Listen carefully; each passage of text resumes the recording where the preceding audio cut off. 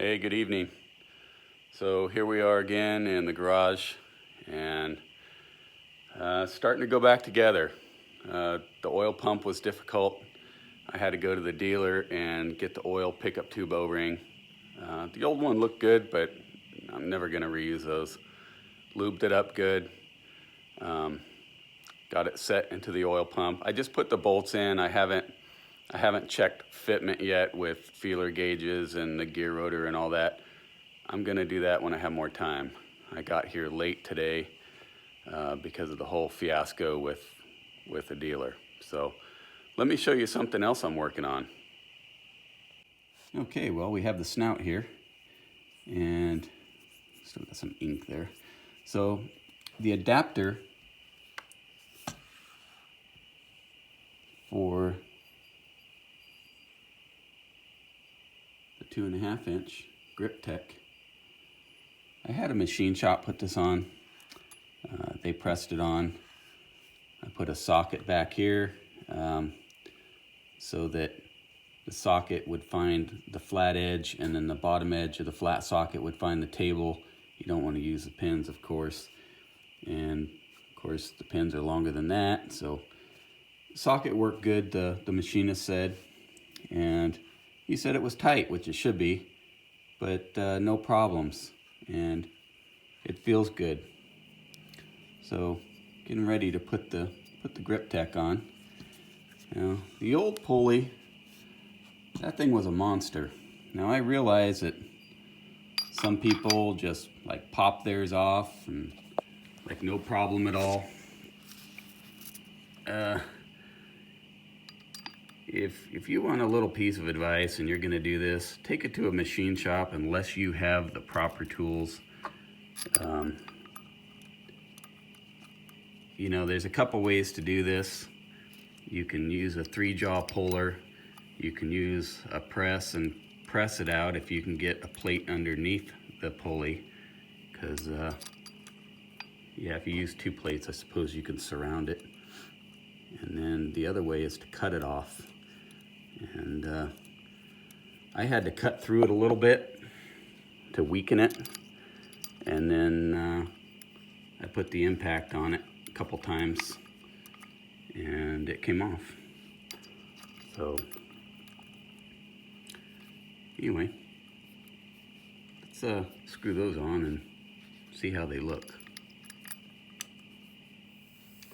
All right, so after I tightened down all the bolts just a little bit, I took them all out and then cleaned them with brake clean, blew them off with compressed air. Then I applied a little bit of blue thread lock, Loctite, whatever you want to call it, to each of them according to the instructions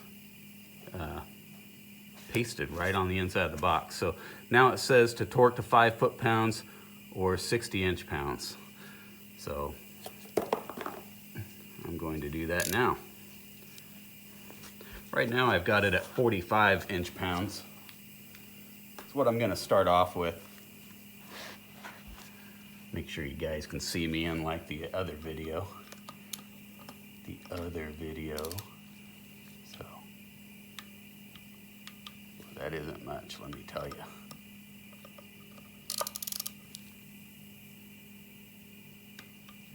Okay, we're gonna go clockwise.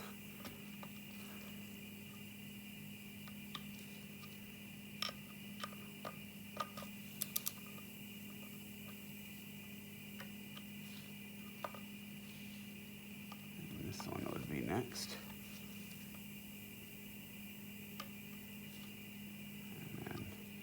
Directly across from that one.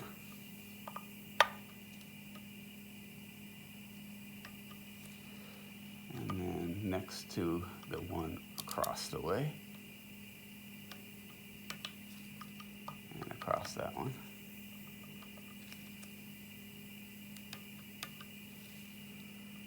And I think I already did these. No, I didn't.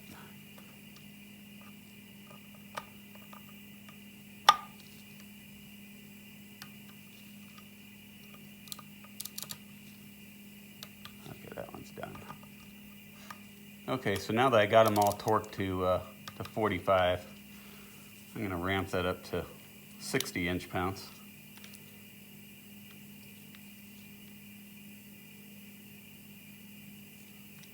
Lock that in. I'm going to go around this twice.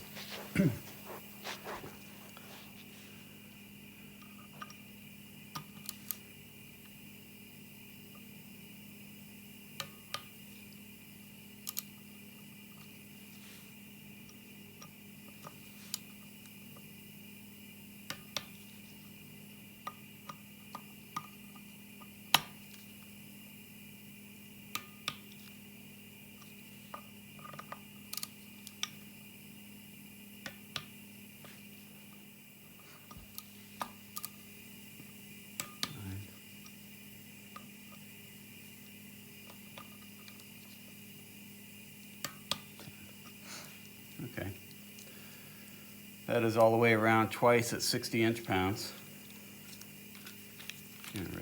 Relieve the pressure off the torque wrench. So that's it.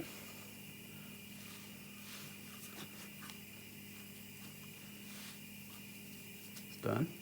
Looks pretty good. All torqued, round twice, and ready to clean up and double check the bypass actuator plate. Make sure it's closing all the way. I think it is. And once I get the isolator, I did order a solid isolator, I'll be able to get that ready to install. Now you can install the snout onto the supercharger and your fuel injection rail and put it onto the car as an assembly. You can do that. It's heavier, so I'll probably take the supercharger, put it on the car first, don't bolt it down, then bring this over and get the bolt started on this while I put the supercharger down and torque it. Of course, I'll have the fuel rail already in the supercharger because that only makes sense. So anyway, the solid isolator I got was the Eaton or Lingenfelter or Metco. It's an LSA 0001. It was Metco. They're all the same. They're made out of a PEEK plastic. It's very high temperature, and that's why I decided to go with that instead of a Delrin or nylon.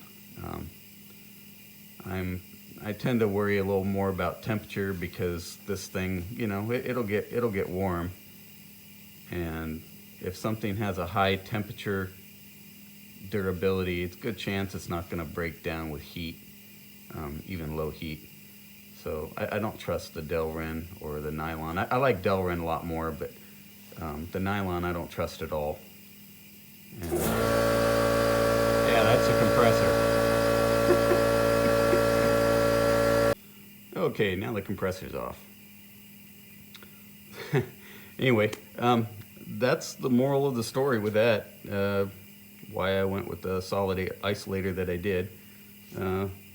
Right or wrong, I don't know, but I figured Eaton probably knows what temperature they should have for an isolator, and that's why I went with them. It is an Eaton blower after all. So, well, thank you for watching once again.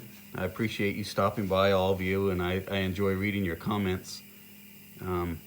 Any questions, drop them down the bottom. Anything you want to see a video of, if I can do that, I'll be happy to do so. So until next time, have a good night, and we'll see you later.